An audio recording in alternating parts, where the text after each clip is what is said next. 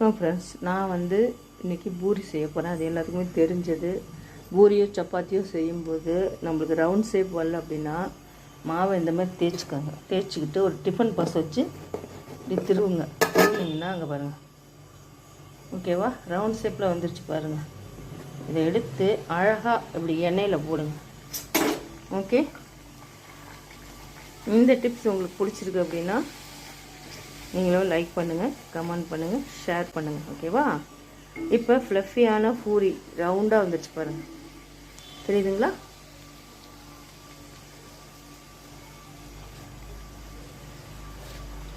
பாருங்கள்.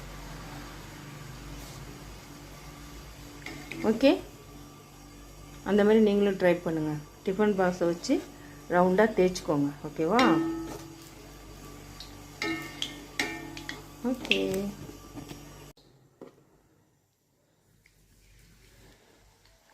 ஒவ்வொரு பூரியும் இப்படி தான் நான் அந்த டிஃபன் பாக்ஸால் தேய்ச்சி கட் பண்ணி எடுத்துருக்கேன்.